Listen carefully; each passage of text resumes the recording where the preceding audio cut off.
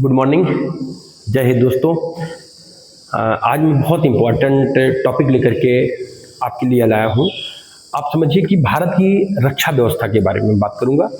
भारत की रक्षा व्यवस्था का संपूर्ण जानकारी आज आपको मैं बताऊँगा, जिसमें मैं आपको बताऊँगा कि भारत का तीनों सेनाओं का सर्वोच्च कमांडर कौन होता है, तीनों सेनाएं कैसे काम करती हैं, तीनों सेनाओं में क्या क्या चीज़ें हैं, कुछ रक्षा यंत्रों के अभी नाम मैं आपको बताऊंगा।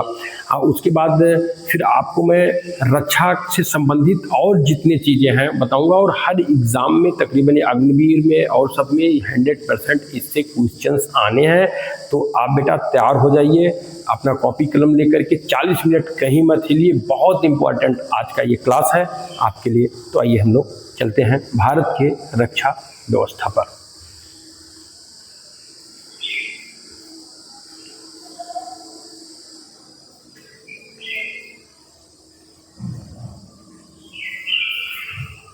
चलिए आज हम इंट्रोडक्शन पे बात करेंगे, इसके इंट्रोडक्शन पे बात करेंगे, परिचय पे बात करते हैं। तो भारत के सशस्त्र बलों का सर्वोच्च जो देश का राष्ट्रपति होता है, भारत के सशस्त्र बलों का सर्वोच्च सेनापति, देखिए यहाँ पे सर्वोच्च सेनापति या कमांडर भी बोलते हैं इसको। कमांडर अगर आ जाता है कहीं तो कमांडर। तो भारत का सर्वोच्च सेनापति देश का राष्ट्रपति होता, प्रेसिडेंट ऑफ इंडिया होता, देश का राष्ट्रपति होता। ये बेटा एकदम क्लियर रखिएगा, तीनों सेनाओं का जो अध्यक्ष होगा वो राष्ट्रपति होगा। इसीलिए परमवीर चक्र, शौर्य चक्र या इस तरीके के जो भी चक्र दिए जाते हैं वो राष्ट्रपति के द्वारा ही दिए जाते हैं। अब बात आता है इनका प्रशासनिक नियंत्रण केंद्र सरकार करती है। केंद्र सरकार का रक्षा मंत्रालय करता है। कौन करता है? रक्षा मंत्रालय। तो रक्षा मंत्रालय के अधीन ये होता है। ठीक है, एकदम पूरा ध्यान दीजिएगा, दिमाग को एकदम खोल के रखिएगा। बहुत ही बेहतरीन ये क्लास है आपके लिए। 3 सेनाओं में थल सेना जिसको आर्मी बोलते हैं, आर्मी, जल सेना जिसको नेवी बोलते हैं, नेवी, और वायुसेना जिसको एयरफोर्स बोलते हैं। क्या बोलते हैं? एयरफोर्स, वायुसेना। ये 3 सेनाएं हमारी, जिसका स्वतंत्र नेतृत्व होता है, लेकिन समन्वय हेतु चीफ ऑफ डिफेंस, इसको सीडीएस बोलते हैं। अभी आपने देखा होगा कि जो पहलगाम के ऑपरेशन सिंदूर चलाया गया था, पहलगाम के केस के उसमें, तो उसमें चीफ ऑफ डिफेंस तीनों सेनाओं के साथ बैठता था, समन्वय करता था, आपस में चर्चा करता था। उसको चीफ डिफेंस ऑफ स्टाफ कहते हैं कि नियुक्ति की गई है जो तीनों सेनाओं का समन्वय स्थापित करता है। तो इसको आप नोट कर लीजिए, स्क्रीनशॉट भी ले लीजिए। उसके बाद हम आपको आगे लेकर के चलते हैं। सबसे पहले हम इंडियन आर्मी की बात करेंगे। किसकी बात करेंगे? Indian army. देखिए, इंडियन आर्मी एक बेस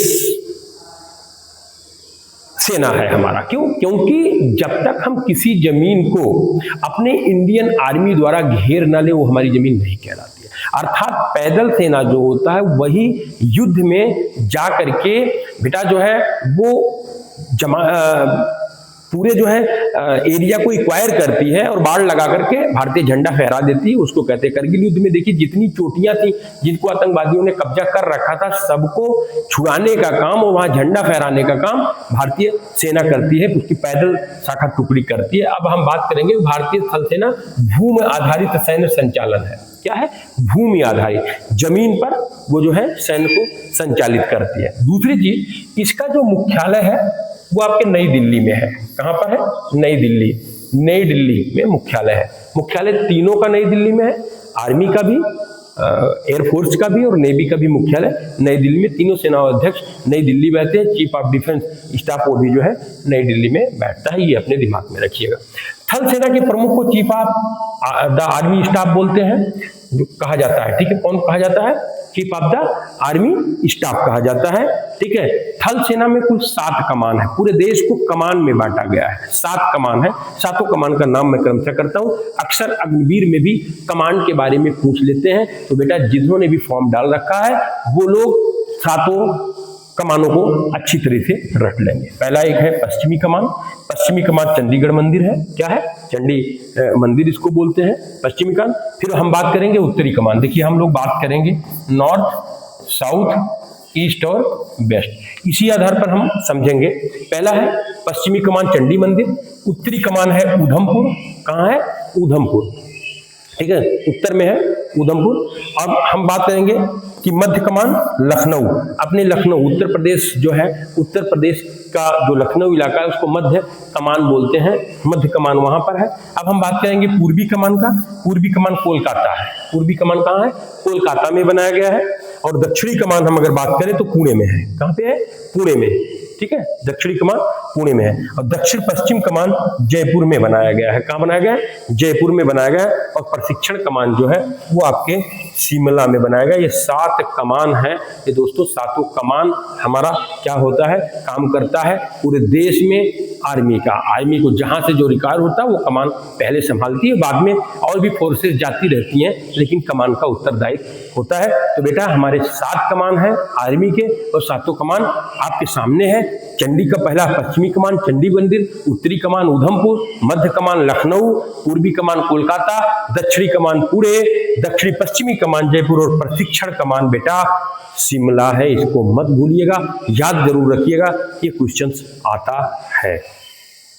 अब हम बात करेंगे भारतीय जल सेना, इसको नेवी की बात करेंगे, इंडियन नेवल हम बात करेंगे, भारतीय नौसेना की बात करेंगे। इसको ध्यान से देखिए कि भारतीय जल सेना समुद्र के सीमाओं की रक्षा करना और संसाधनों को सुरक्षा के लिए उत्तरदायी है। हालांकि इसके एक स्थानीय जो है देखा जाए तो उसकी भी व्यवस्था की है, जिसको कोस्ट गार्ड बोलते हैं। क्या बोलते हैं?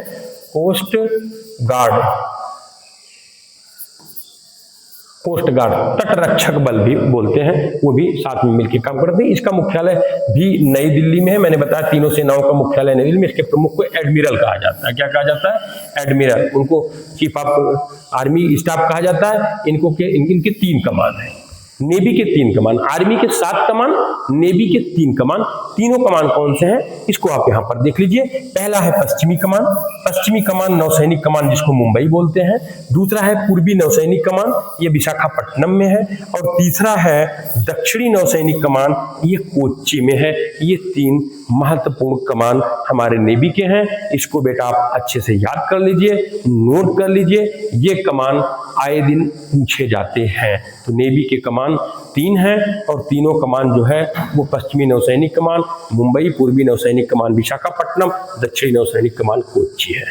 नेक्स्ट हम बात करेंगे, हमने आर्मी की बात किया, हमने नेवी की बात किया। अब बेटा हम बात करेंगे नौसेना की। किसकी? सॉरी, एयरफोर्स की, वायु सेना की हम बात यहाँ पर करेंगे। तो वायुसेना में आइए हम देखते हैं कि भारतीय वायुसेना हमारी सीमाओं को हवाई युद्ध आपात राहत कार्यों में सक्रिय रहती है। हवाई सीमाओं की रक्षा करते हैं, हवाई युद्ध लड़ता है और राहत। देखा जाए तो एयरफोर्स लड़ाई में बेस काम करती है। बमबार्ड, आगे दुश्मनों को नस्ते नाबूद करने के लिए हमारे एयरफोर्स के जो जहाजें हैं वो जाके गोलाबारी करते हैं, नुकसान करते हैं। उनके एयरफोर्स की जहाजें नहीं उड़ने देते, वरन बहुत सारे ऐसे नुकसान करते हैं, तब हम नीचे से ठीक ठाक से वार करके लड़ पाते हैं। तो बेटा यहाँ पर आपको यहाँ देखने की जरूरत है कि वायुसेना के कितने कमान हैं? तो 7 कमान है। कितने कमान है? वायुसेना की भी 7 कमान है। तो आर्मी के 7 कमान है और एयरफोर्स के भी 7 कमान है। केवल नौसेना के 3 कमान है। केवल मात्र नौसेना के कितने कमान है? 3 कमान है। नौसेना के कितने हैं बेटा? 3 कमान है। वायुसेना के प्रमुख को एयर चीफ मार्शल कहा जाता है। वायुसेना के जो प्रमुख हैं उनको एयर चीफ मार्शल कहा जाता है। अब आइए यहाँ पर देखते हैं हम लोग, ठीक है। कमान नंबर 1, तो पश्चिमी कमान की बात हम करें तो पश्चिमी वायुसेना कमान नई दिल्ली में है, जो आपकी राजधानी है दिल्ली, वहां पे है। दक्षिणी वायुसेना कमान अगर हम बात करें तिरुवनंतपुरम में है। हम लोग बात करेंगे पूर्वी वायुसेना कमान, ये शिलांग में है। मध्य वायुसेना कमान अगर हम बात करेंगे प्रयागराज में है, अपने प्रयागराज उत्तर जहां कुंभ लगता है वहां पे है। दक्षिणी पश्चिमी वायुसेना कमान अगर हम बात करेंगे तो ये गांधीनगर में है। और प्रशिक्षण कमान की अगर हम बात करें ये बेंगलुरु में है। और मेंटेनेंस कमान, मेंटेनेंस माने जहां हम अपने जहाजों का रख रखाव करते हैं, जहाजों को बनाते हैं और सारी चीजों को करते हैं, वो जो है हमारा नागपुर में है। नागपुर जो महाराष्ट्र का है वहां पे ये है, ठीक है। नेक्स्ट हम लोग बात करते हैं बेटा, अब हम यहाँ पर सेना के रैंक के बारे में बात करेंगे। किसके बारे में बात करेंगे? सेना के रैंक के बारे में बात करेंगे, सेना के पद क्रम के बारे में बात करेंगे। आइए हम तीनों सेनाओं के रैंक के बारे में यहाँ पर बारी बारी बात करते हैं कि तीनों सेनाओं के रैंक किस हिसाब से हैं। सबसे पहले हम बात करेंगे थल सेना में पद की बात करें तो सबसे पहले जनरल होता है, फिर लेफ्टिनेंट जनरल उसके नीचे होता है, फिर मेजर जनरल उसके नीचे होता है, ब्रिगेडियर उसके नीचे होता है, कर्नल उसके नीचे होता है, लेफ्टिनेंट कर्नल उसके नीचे होता है, मेजर उसके नीचे होता है, कैप्टन उसके नीचे, लेफ्टिनेंट। लेकिन जनरली हम लोग जब नीचे से ऊपर बढ़ते हैं तो यहाँ पर बेटा ध्यान देने की बात है कि सबसे पहले लेफ्टिनेंट होता है, 2 स्टार पहनता है, फिर कैप्टन होता है, 3 स्टार पहनता है, फिर उसके बाद जो है कैप्टन के बाद मेजर, 1 अशोक स्तंभ होता है, मेजर होता है, फिर 1 स्टार और 1 अशोक स्तंभ वो लेफ्टिनेंट कर्नल होगा, 2 स्टार 1 अशोक स्तंभ यह फुल कर्नल होगा और 3 स्टार 1 अशोक स्तंभ ये ब्रिगेडियर होगा। तो यहाँ तक तो ब्रिगेडियर तक हो गए। ब्रिगेडियर के बाद अब आता है कि मेजर जनरल, मेजर जनरल पे तलवार आ जाता है, कॉलर पे भी उसके वो आ जाते हैं, और उसके बाद आ जाता है लेफ्टिनेंट जनरल, फिर जनरल आ जाता है। तो यहाँ बेटा आप अच्छी तरीके से करना कि number 1 lieutenant, number 2 captain, number 3 major, number 4 lieutenant colonel, number 5 colonel, number 6 brigadier, number 7 major general, number 8 lieutenant general और नंबर 9 जर्नल होता है। ये 9 पद आर्मी में होते हैं बेटा, इसको एकदम दिमाग में रटा होना चाहिए। अक्सर आपको क्वेश्चन क्या पूछेगा मैं बताऊंगा। अगला देखिए वायुसेना, एयरफोर्स का, एयरफोर्स की बात हम यहाँ पर करेंगे। एयरफोर्स में सबसे पहला होता है फ्लाइंग ऑफिसर, ये पहला रैंक होता है। दूसरा रैंक होता है फ्लाइंग लेफ्टिनेंट। कौन सा रैंक होता है? फ्लाइंग लेफ्टिनेंट, याद रखिए कौन सा रैंक होता है? Flying lieutenant. तीसरा रैंक होता है स्क्वाड्रन लीडर, क्या होता है? Squadron leader. चौथा होता है विंग कमांडर, क्या होता है? Wing commander. और 5वां होता है ग्रुप कमांडर, ग्रुप कैप्टन, क्या होता है? Group captain. छठा होता है एयर कोमोडोर। 7वां होता है एयर वाइस मार्शल। 8वां होता है बेटा एयर मार्शल। 9वां होता है एयर चीफ मार्शल। आप ध्यान दीजिएगा एक चीज कि यहां पर आर्मी के भी 9 रैंक हैं, एयरफोर्स के भी 9 रैंक है, नेवी के भी 9 रैंक होंगे। तो इक्विवेलेंट रैंकों के बारे में क्वेश्चन पूछता है कि नेवी का कमोडोर आर्मी का क्या होगा, या आर्मी का लेफ्टिनेंट कर्नल एयरफोर्स में कौन से रैंक पे होगा। तो ये आप रैंकों का क्रम जरूर याद रखिएगा। आइए जल सेना में, नेवी में हम बात करते हैं। नेवी, तो नेवी में सबसे पहले होता है सब लेफ्टिनेंट। लेफ्टिनेंट आर्मी में लेफ्टिनेंट, इसमें सब लेफ्टिनेंट। उसके बाद वहां लेफ्टिनेंट पहला पोस्ट होता है, यहाँ दूसरा पोस्ट लेफ्टिनेंट होता है। तीसरा लेफ्टिनेंट कमांडर होता है, ठीक है। फिर उसके बाद जो है कमांडर होता है। तो पहला, दूसरा, तीसरा, ये आपका चौथा कमांडर, 5वां कैप्टन हो गया, 6वां यहाँ पर कमोडोर होता है, क्या होता है? कोमोडोर होता है। 7वां रियर एडमिरल हो गया, ठीक है, रियर एडमिरल हो गया। और 8वां वाइस एडमिरल हो गया और 9वां एडमिरल हो गया। अब देखिए यहाँ पर आर्मी के कितने रैंक हैं? आर्मी के 9, एयरफोर्स के 9,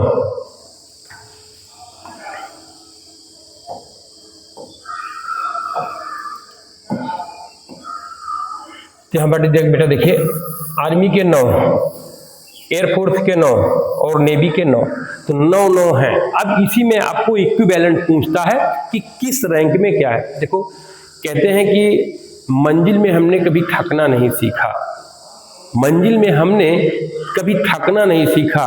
लाख पत्थर हो रास्तों में दोस्तों, लाख पत्थर हो रास्तों में दोस्तों। पत्थर बहुत है, हो सकता है चोट लगे, ठोकर खाएं, लेकिन उन पत्थरों से हम पीछे नहीं हट सकते। हम आगे बढ़ेंगे, पढ़ाई करेंगे और भारतीय सेना को भी गौरवान्वित होंगे, या जहां हमारा लक्ष्य है हम हैं। बेटा मैं आपसे बात करना चाहता हूं, कैसे नहीं आप हो सकते हो? जो हुए हैं उनके भी 2 हाथ पैर और 1 शरीर था, आपके भी 2 हाथ 1 पैर शरीर है, तो आप क्यों नहीं कर सकते हो? बिल्कुल कर सकते हो। और वादा करो मुझसे कि बिल्कुल आप लोग तैयारी करके और अपने गोल को हिट करेंगे और मुझे बताएंगे सर मैंने गोल को हिट कर लिया। मेरा वादा है, मैं आपके साथ हूं, हर वक्त साथ देता रहूंगा। आप लोग हमको आवाज जरूर दीजिएगा। तो आइए हम आगे वाले पे देखते हैं। इस पे जो है प्रमुख सैन्य प्रशिक्षण संस्थान के बारे में देखिए, इससे भी क्वेश्चंस प्रमुख सैन्य प्रशिक्षण संस्थान से आ जाता है। तो बेटा इसको ध्यान से आप सारे लोगों को देखने की जरूरत है। सबसे पहले हम बात करेंगे राष्ट्रीय रक्षा अकादमी, जिसको हम एनडीए बोलते हैं, राष्ट्रीय रक्षा अकादमी, जिसको हम क्या बोलते हैं बेटा, एनडीए बोलते हैं। क्या बोलते हैं? National defence academy, national defence academy. ये है खड़कवासला में। कहाँ है? खड़कवासला। खड़कवासला है कहाँ? ये महाराष्ट्र में है। ध्यान दीजिएगा, खड़कवासला कहाँ है? खड़कवासला महाराष्ट्र में है।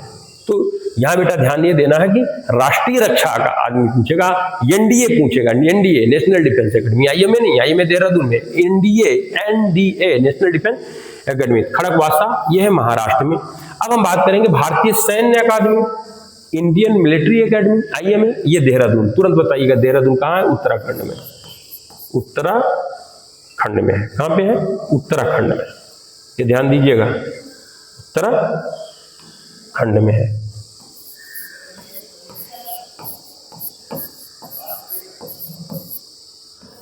उत्तराखंड, देहरादून कहाँ है? उत्तराखंड में। मिलिट्री सैन्य, भारतीय सैन्य अकादमी। अब आता है एयरफोर्स अकादमी।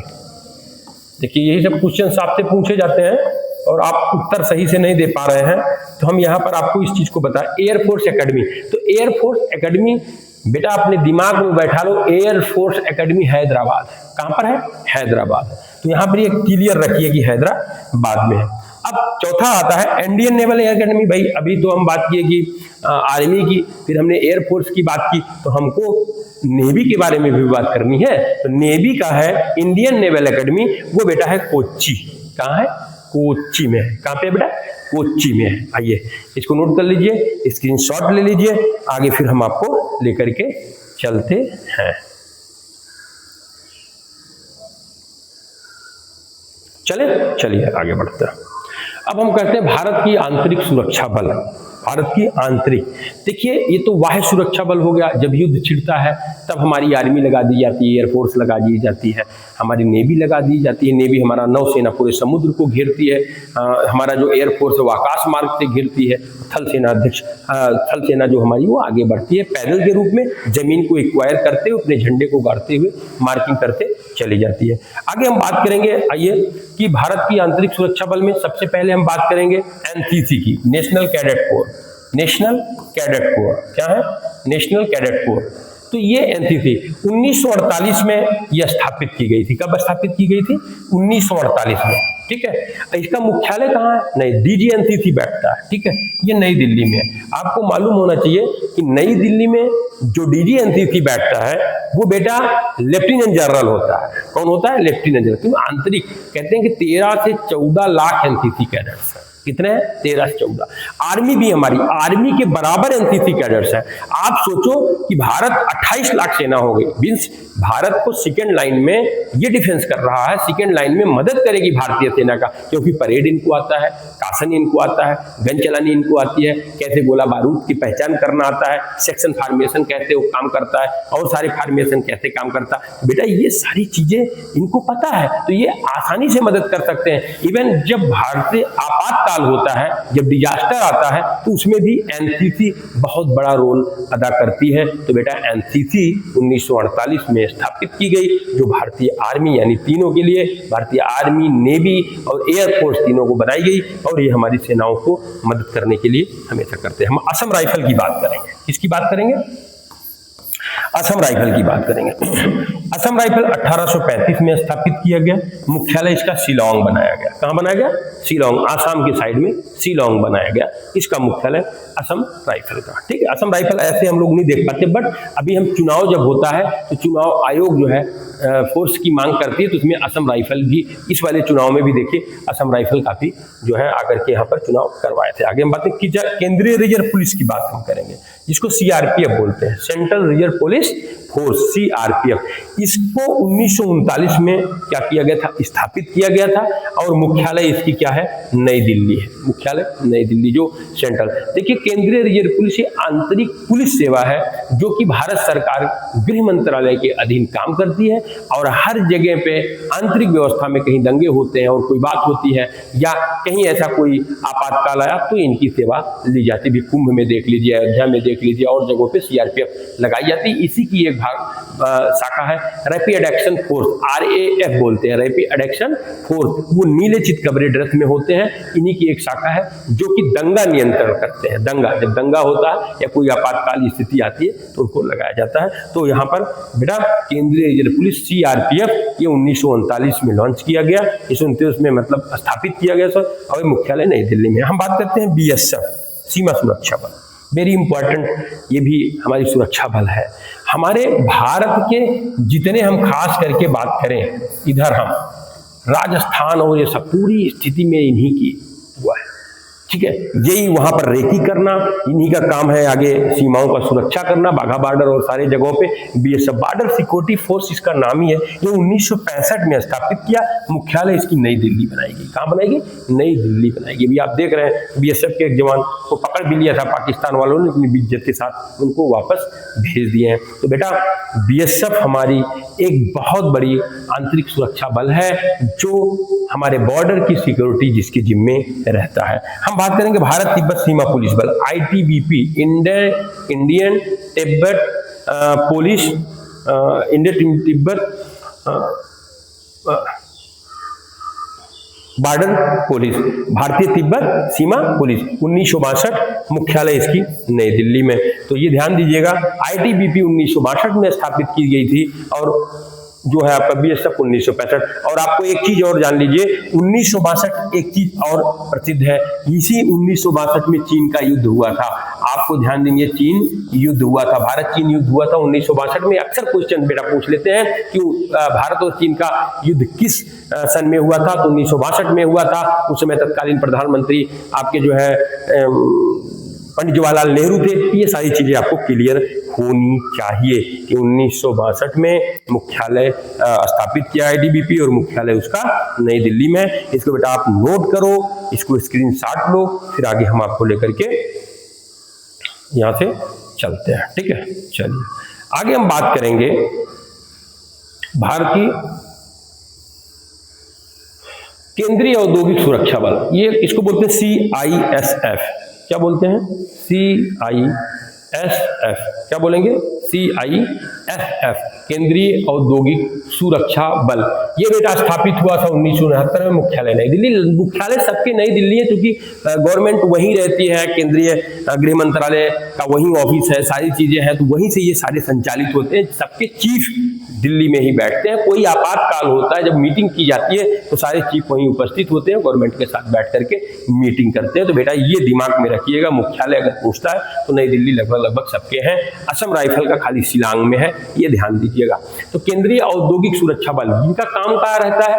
ये जितने भी औद्योगिक क्षेत्र हैं, यानी भारत सरकार से संबंधित, चाहे वो हवाई जहाज हो, चाहे वो कोयले की खान हो, चाहे वो NTPC हो, चाहे जो भी हो, वहां पर CISF, केंद्रीय औद्योगिक सुरक्षा बल, 1969 में ये लागू किया गया था। 1969 में इसको स्थापित किया गया था और इसका मुख्यालय नई दिल्ली में है। ये आपको ध्यान देने की यहाँ पर बेटा बात है। नेक्स्ट हम बात करेंगे राष्ट्रीय सुरक्षा गार्ड, जिसको NSG बोलते हैं।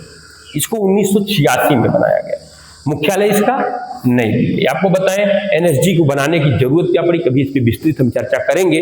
आज थोड़ा सा हम पढ़ा रहे हैं, लंबा आज सिलेबस है, बहुत सारी चीजों को हमको आप यहाँ पर समराइज करना है, इसलिए इसकी चर्चा हम करेंगे। आप लोग कमेंट करके हमको याद दिलाइएगा, इसकी चर्चा हम आगे करेंगे। गृह रक्षक, जिसको होम गार्ड्स बोलते हैं, ये 1946 में स्थापित किया गया। इनका भी बहुत रोल होता है, चुनाव से लेके हर जगह पे होम गार्ड्स करते हैं। अभी एक नई जो वो हुआ, उसमें होम गार्ड को भी जितनी ड्यूटी वो करेंगे, पुलिस के जितना उनको वेतन दिया जाएगा, ये नई चीजें आई। अब प्रादेशिक सेना इक्वेटोरियल आर्मी बताएगी, 1949 में स्थापित किया गया। बेटा इसमें सेम आर्मी के तरीके से सब कुछ इसमें व्यवस्थित है, उसी तरीके से वर्दी, इसी तरीके से उनकी भर्ती होती है। थोड़ा गैदरिंग ज्यादा होता है, टीम में रनिंग बहुत होना चाहिए, तकरीबन 4.5 के अंदर ही आपका रनिंग होगा तो रनिंग आप क्वालिफाई कर पाओगे। उसके बाद आपके पेपर्स भी होंगे। उसके यहाँ पर जब प्रादेशिक सेना आप कर लेते हो तो इसमें छुट्टियां भी काफी मिलती हैं, और जब लड़ाई या ऐसी कोई देश की जरूरत होती है तो आप तुरंत बुला लिए जाते हैं। ये इक्वेटोरियल आर्मी, इसको प्रादेशिक सेना कहते हैं। आगे हम बात करेंगे भारत की प्रमुख मिसाइलों के बारे में बात करेंगे। किसके बारे में बात करेंगे? भारत के प्रमुख मिसाइलों के बारे में। इसको देखिए, हम अब मिसाइल के बारे में बात करते हैं। बेटा हम सबसे पहले मिसाइल अगर हम बात करें तो अग्नि की बात करेंगे। अग्नि क्या है? सतह से सतह पर मार करने वाली बैलिस्टिक मिसाइल है। ध्यान दीजिएगा, ये पूछा जाएगा, ठीक है। क्या पूछा जाएगा? अग्नि को पूछा जाएगा, ठीक है। कहा सतह से सतह पर मार करने वाली, सतह माने जमीन से जमीन पर मार करने वाली, सतह से सतह, ये यहाँ पर मार करने वाली ये क्या है? मिसाइल है। विभिन्न संस्करणों में 700 से 5000 किलोमीटर का रेंज है, मतलब ये कई संस्करण इसके बनाए गए हैं, छोटे बड़े। तो ये 500 किलोमीटर से लेकर के 7000 किलोमीटर तक जा सकती है और मार सकती है। मीन्स अगर भारत की सारे सीमाओं से बाहर ये जा सकती है, और सीमाओं से हम छोड़ेंगे तो देश के जो है आप दूसरे देश को भी ये क्या करेगी? तुरंत मार के गिरा देगी। अब हम बात करेंगे पृथ्वी मिसाइल की। तो पृथ्वी मिसाइल सतह से सतह पर 150 से 350 किलोमीटर, 150 से 350 किलोमीटर तक ये सतह से सतह पर मार करती है। अब हम त्रिशूल की बात करेंगे। बेटा इसको ध्यान से पढ़िएगा, ये अक्सर क्वेश्चंस पूछे जाते हैं आपसे कि ये पृथ्वी यानी सतह से सतह पर 150 से 350 किलोमीटर, सतह से आकाश पर मार करती है। त्रिशूल क्या मार करती है? नाम करना, त्रिशूल का मुंह कहाँ होता है? ऐसे, तो जमीन के से आसमान की तरफ होता है। अगर ऐसे ही आप दिमाग लगा लेंगे कि त्रिशूल, तो ये जमीन से आकाश, इसको ध्यान दीजिए, किससे? जमीन से आकाश। अरे भाई त्रिशूल कैसे होता है? तकरीबन कुछ ऐसे ही होता है कि नहीं होता? ऐसे होता तकरीबन। तो ये त्रिशूल क्या है? आकाशी की तरफ रखा जाता है, तो ये जमीन से आकाश की तरफ मार करता है। निकट दूरी की मिसाइल है ये। कौन सी दूरी है? निकट। हम बात करेंगे आकाश मिसाइल, ये भी आकाश का नाम भी, त्रिशूल का सतह से आकाश, आकाश का सतह से आकाश में मार करने का। तो ये भी मध्यम दूरी की 80 किलोमीटर रेंज की है, ये 80 किलोमीटर रेंज की मध्यम दूरी है। ये भी ध्यान। नाग ये टैंक भेदी गाइडेड मिसाइल है। नाग क्या है? टैंक भेदी गाइडेड, एंटी टैंक, इसको क्या बोलेंगे? Anti tank. ध्यान दीजिएगा, नाग अक्सर पूछा जाता है। पिछले शायद आर्मी के क्वेश्चंस में ये पूछा गया था, एक बच्चा बता रहा था नाग के बारे में। तो ध्यान दीजिए, पूछेंगे क्या? यही सारे क्वेश्चन तो आपसे पूछेंगे। तो आपको क्या करना है? रेडी रहना है, तैयार रहना, अपने दिमाग को खोले रहना है। कहीं से भी क्वेश्चन आए खट से उसको अटेम्प्ट करने की जरूरत है। ये हम आपको लेके चलते हैं ब्रह्मोस। अभी देखिए ब्रह्मोस का जबरदस्त उपयोग किया गया है ऑपरेशन सिंदूर में। ये मिसाइल सुपरसोनिक क्रूज मिसाइल है, भारत और रूस द्वारा विकसित है। 300 किलोमीटर है, ठीक है, 300 किलोमीटर तक इसका मार किया गया। अगला है निर्भय मिसाइल। कौन सा? निर्भय। ये सुपरसोनिक क्रूज मिसाइल है, 1000 किलोमीटर तक ये जाती है। सागरिका मिसाइल एक है। क्या मिसाइल है? सागरिका। तो सागरिका है सबमरीन लॉन्च बैलिस्टिक मिसाइल है। सबमरीन SLBM बोलते हैं, SLBM का मतलब है सबमरीन लॉन्च बैलिस्टिक मिसाइल, जो सबमरीन में लॉन्च की जाती है, पनडुब्बी में। सबमरीन माने क्या हो गया बेटा? पनडुब्बी हो गया। पनडुब्बी उसमें लॉन्च किया जाता है और उसके मार्फत वो छोड़ा जाता है। तो सबमरीन लॉन्च बैलिस्टिक मिसाइल ये 700 किलोमीटर का रेंज पानी के अंदर ये मारता है, ठीक, ये ध्यान दीजिएगा। धनुष, नाम ही देख लीजिए, धनुष है। पोत से दागी जाने वाली मिसाइल है, 350 किलोमीटर। पोत माने जो हमारा युद्ध जहाज है उससे दागी जाती है वो मिसाइल है। प्रहार देखिए एक मिसाइल है, ये कम दूरी की सतह से सतह पर मारने वाली 150 किलोमीटर कम दूरी की सतह से सतह पर मारती है, इसको प्रहार बोलते हैं। सौर एक मिसाइल है, सौर, इसको हाइपरसोनिक बैलिस्टिक मिसाइल बोलते हैं। 700 से 1900 किलोमीटर तक ये मार करती है। और ऑपरेशन सिंदूर में ये दिखा दिया कि हमारी जितने मिसाइलें हैं बेटा, वो सारी मिसाइलें सटीक और अचूक काम की हैं, अपने सही अड्डे को पहचान करके उसको ब्लास्ट करने का काम किया है। अब देखिए भारत के प्रमुख सैन्य विमान और हेलीकॉप्टर के बारे में बात करेंगे। सैन्य विमान और हेलीकॉप्टर के बारे में बात करेंगे, तो इसको बेटा आपको ध्यान से यहाँ पर देखने की जरूरत है। तो भारत के प्रमुख सैन्य विमान और हेलीकॉप्टर की अगर हम बात करें तो ये है Su-30 MKI। Su-30 MKI नाम याद करिएगा, Su-30 MKI रूस निर्मित फाइटर जेट है। रूस निर्मित क्या है? फाइटर जेट है। अब हम राफेल की बात करेंगे। राफेल फ्रांस से निर्मित फाइटर है। राफेल आ सकता है इस बार, क्यों? क्योंकि राफेल ने पूरा तहलका मचाया। जितनी एयर स्ट्राइक किए गए भारत से पाकिस्तान के अंदर, वो सारे राफेल से किए गए। राफेल हमारा बहुत ही ताकतवर हवाई जहाज है। हमको लगता है ना कि जैसे पाकिस्तान के पास भी ताकतवर मिसाइलें हैं, ठीक है, हमें लगता है कि वहां के कम IQ के लोग हैं, कम अच्छी तरीके से उड़ा पाते, हमारे यहाँ वाले ज्यादा अच्छी तरीके से उड़ा पाते हैं और जबरदस्त उनका उपयोग करते हैं। तो राफेल फ्रांस से निर्मित है। राफेल का खूब प्रयोग सिंदूर, ऑपरेशन सिंदूर में किया गया। तेजस, देखिए तेजस ये स्वदेशी विमान है, ये भारत में निर्मित हल्का लड़ाकू विमान है। हल्का लड़ाकू विमान ये भारत में, देखिए ये अपने खुद का भारत ने उत्पादन किया है। जगुआर की हम बात करें, ये फ्रांस और ब्रिटेन द्वारा निर्मित है, अटैकर विमान है। जगुआर अटैक करता है, अटैकर विमान है। हम बात करेंगे मिग 21 और मिग 29, ये रूस द्वारा निर्मित विमान थे, क्योंकि हमारा रूस मित्र था और 1962 के बाद हमको रूस से काफी कुछ संपर्क करना पड़ा, काफी कुछ हमको रक्षा सौदा करने पड़े और हमको अपने देश को मजबूत करना पड़ा। तो दोस्तों आप ये जानिए कि ये सारे इंपॉर्टेंट हैं, ये परीक्षा में आ सकते हैं। इसको आप धैर्य के साथ नोटिंग कर लीजिए, ड्राफ्टिंग कर लीजिए, ताकि आपको दिक्कत ना हो। अपाचे की बात आप करेंगे, अपाचे खूब सुनते हैं, अपाची मोटरसाइकिल चलाते हैं ना, मोटरसाइकिल अपाची, तो उसी के नाम पे अपाचे। तो अपाचे जो है ये अमेरिका का अटैकिंग हेलीकॉप्टर है, जो हमको अमेरिका से हमने लिया है। चिनूक ये अमेरिका का भारी ट्रांसपोर्ट हेलीकॉप्टर है, भारी ट्रांसपोर्ट, जिसमें डबल इंजन होते हैं आगे और पीछे। आप देखे होंगे ये बड़ी बड़ी तोपों को उठा करके पहाड़ पे चढ़ा सकती है, तोप को ऐसे हैंग करेगी और उड़ जाएगी, ले जाके छोड़ देगी। तो हमको इससे हमारी तोपें आसानी से पहुंच जाती हैं, हम अच्छे से गोलाबारी वहां पर कर सकते हैं। हाल रुद्रा, एचएएल रुद्रा और एलसीएच अगर हम बात करें तो ये भारत में बने अटैक हेलीकॉप्टर है, ये भारत के खुद के अटैकिंग हेलीकॉप्टर है। MI 17 और MI 26 की हम बात करें, MI 17 और 26 रूस द्वारा निर्मित ट्रांसपोर्ट हेलीकॉप्टर है। किसके द्वारा निर्मित? रसिया द्वारा निर्मित। क्या है ये? रसिया द्वारा खरीदे गए हैं और ये अचूक ट्रांसपोर्ट निर्मित है और ये हेलीकॉप्टर है। T-13J,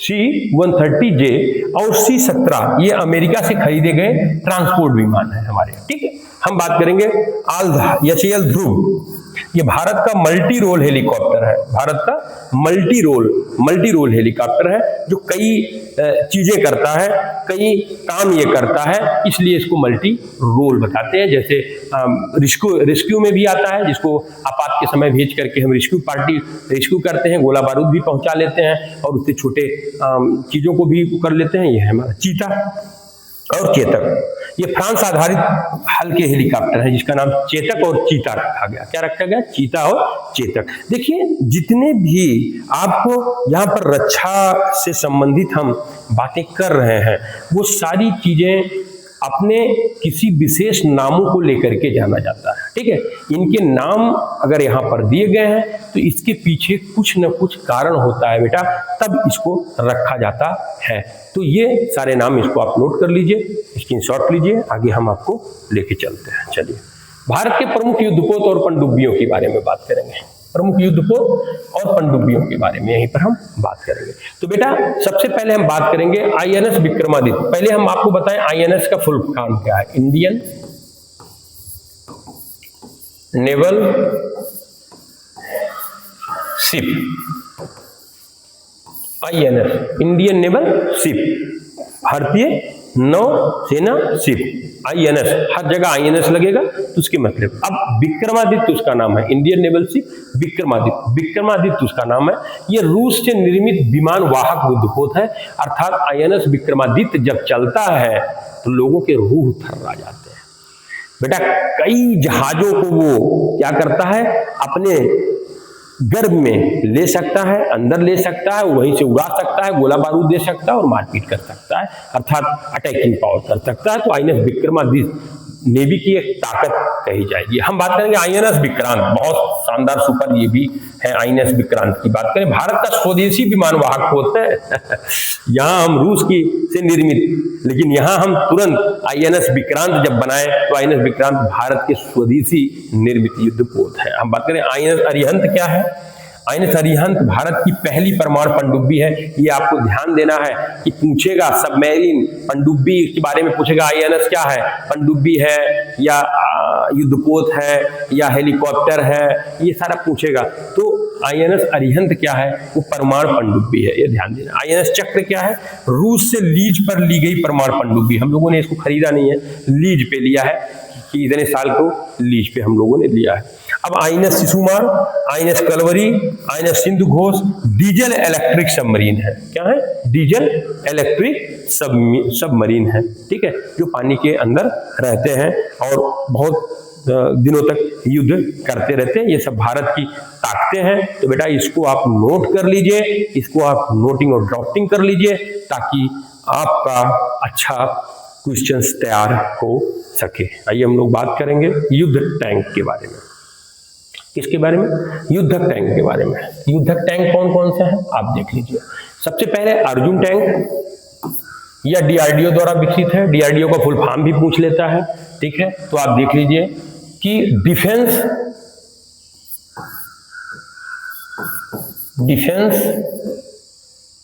डी हो गया, research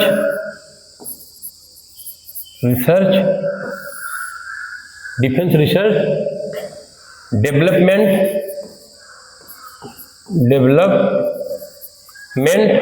O from authority research defence research development authority DRDO, जो कि डिफेंस से संबंधित अनुसंधान करती है और उसका उत्पादन करती है, उसका विकास करती है। ये सारा काम DRDO को दिया गया है, ठीक है। जो भारत का स्वदेशी मुक्त युद्धक टैंक है, अर्जुन टैंक, नाम भी अर्जुन रखा गया, ये भारत द्वारा बनाया गया है, शुद्ध स्वदेशी है, जो 120 मिलीमीटर का तोप और आधुनिक फायर कंट्रोल सिस्टम से लैस है। 120 मिलीमीटर का तोप है और आधुनिक फायर कंट्रोल सिस्टम से है। अब हम बात करेंगे दूसरा T19 भीष्म टैंक, ठीक है। यह रूस से आयातित भारत में निर्मित सबसे आधुनिक टैंक है, ठीक है। रूस से आयात किया गया और भारत में निर्मित किया गया।